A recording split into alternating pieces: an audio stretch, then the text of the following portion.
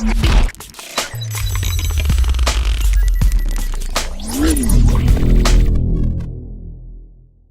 guys, how it going? This is Yara Spark. We're back here in Elite Dangerous on another shipbuilding guide. Today I am here in the Crusader. This is a combat build guide. My overall experience with the Crusader has been very well. I actually really enjoy this ship. It flies better than the Challenger, but not as well as the Chieftain. It flies very similar to the Chieftain in my opinion. Has very strong lats, has a decent speed, has great maneuverability like all the other Alliance ships.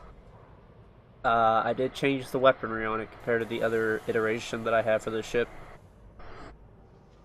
For the hardpoints, I have one large multi-cannon with overcharge 5 and incendiary to it really doesn't matter what you use this on, it's going to tear apart whatever, as long as you have a good TOT.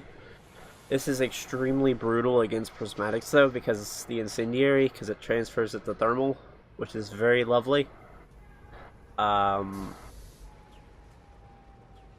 I really don't know how to compare it to any other the other thermal weapons. It just kind of makes them blah, in my opinion, but hey, it works.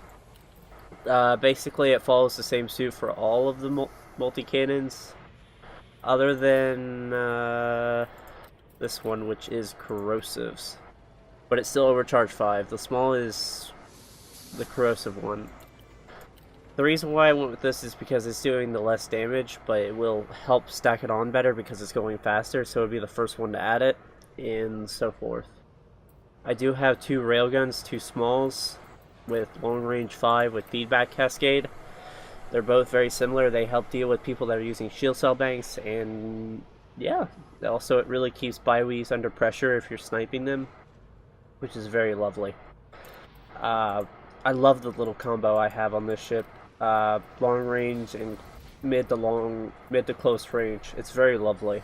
With them all being center lined like this, it makes aiming a lot easier. But as the Crusader goes, I still have access to the fighter bay, which is lovely. For all of these shield boosters, they are all resistant augmented with force block. Basically, actually no, not all of them are. But yeah, it helps with the resistances and helps with a little bit of the shields.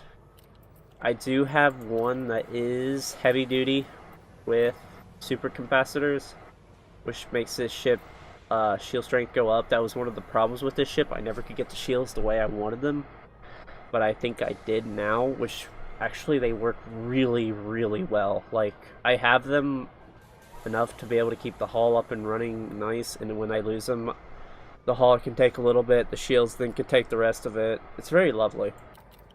And then I have chaff for those annoying people that use gimbals and turrets. It's actually been very handy while I've been using it. It's actually a very useful thing, and I do have ammo capacity on it too, so it goes up to 15 as well.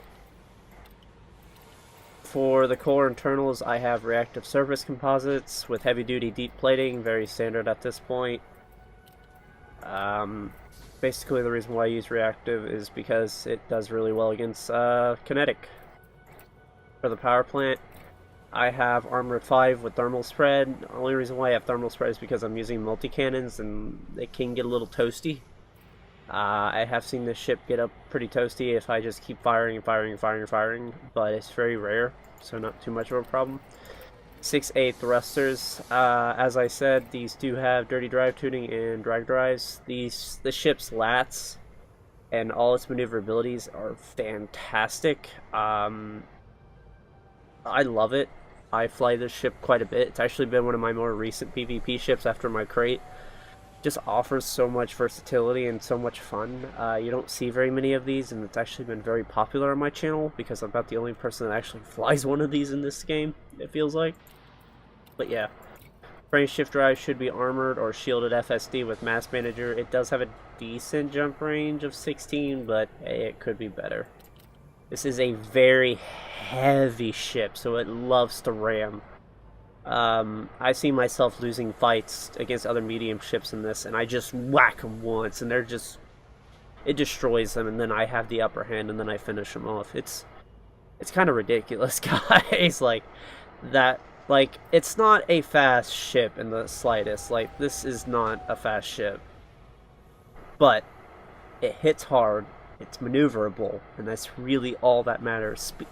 Straight line speeding isn't everything. Yes, it does have its own benefits, don't get me wrong. But being able to actually turn and burn is very lovely.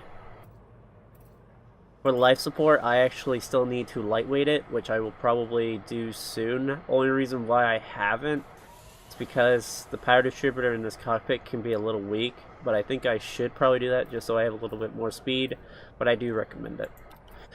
For this ship, it does use a 6A power distributor, sadly, so the modifications are Charged Enhanced 5 with superconductance. It's actually really not that bad compared to a 7A. You do feel the difference, though, but hey. I do run a 4A sensor on this because I do have my fighter, so I want to be able to keep the other, if there's other fighters up, I want to be able to keep them in my distance too, but sometimes you can run a Class 5. I don't know why I have long range canner. I do recommend putting lightweight on. I actually might remove that and switch it around. Not sure yet. Gotta see how I feel.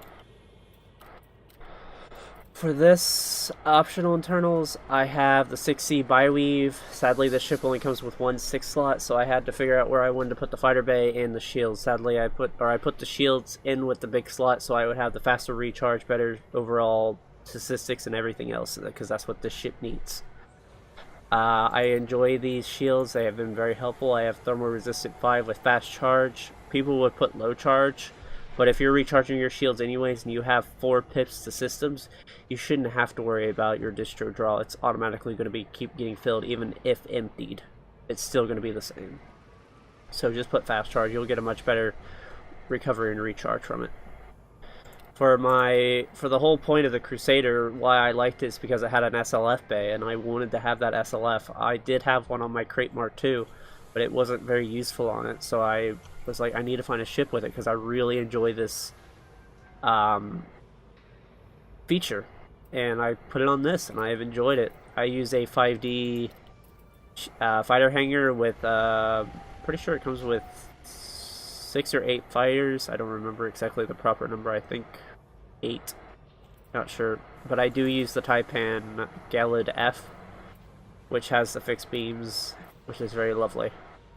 For the rest of the ship, I have hull reinforcement packages. These are all heavy-duty deep plating, which makes this ship uber durable. This is probably a little bit more durable than my Chieftain by about 100 to 200 integrity. A little bit less than my Challenger, but it's only 100 less, so they're all fairly balanced in their integrity, so it just comes down to preferences at that point. So yeah, this last hull reinforcement packages though is thermal resistant hull with deep plating, and yeah, my last second slot is for a Guardian module reinforcement package. If you do feel the need to, you can put another one here and just have this as your thermal resistant. I have seen people do that. It just comes down to preferences. I personally don't see any problems with the way I'm doing it, but hey, it's up to you guys. This is just how I do it. And yeah. But yeah, that covers it for the Crusader. If you guys enjoyed this video, please leave a like and subscribe. It does help the channel and it helps keep it future content. And I know this is probably like the second or third time I've actually reviewed this ship, but I've been trying to nail it down just so I could give you guys the best ship I possibly could give you. And until then, guys, I'll catch you on the next one. See ya!